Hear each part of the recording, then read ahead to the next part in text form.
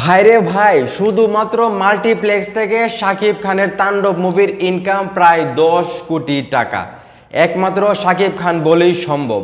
এই কথাটা কেন বললাম, যেই মুভিটা রিলিজ হওয়ার 2 দিন বা 3 দিন পরই পাইরেসি হয়ে যায়, সেই মুভিটা মাল্টিপ্লেক্সে এখনও হাউসফুল যাচ্ছে। এবং এই মুভিটা প্রায় 20 থেকে 21 দিনের ভেতর যেটা শোনা যাচ্ছে প্রায় 10 কোটি টাকার বিজনেস করে ফেলবে মাল্টিপ্লেক্স থেকে।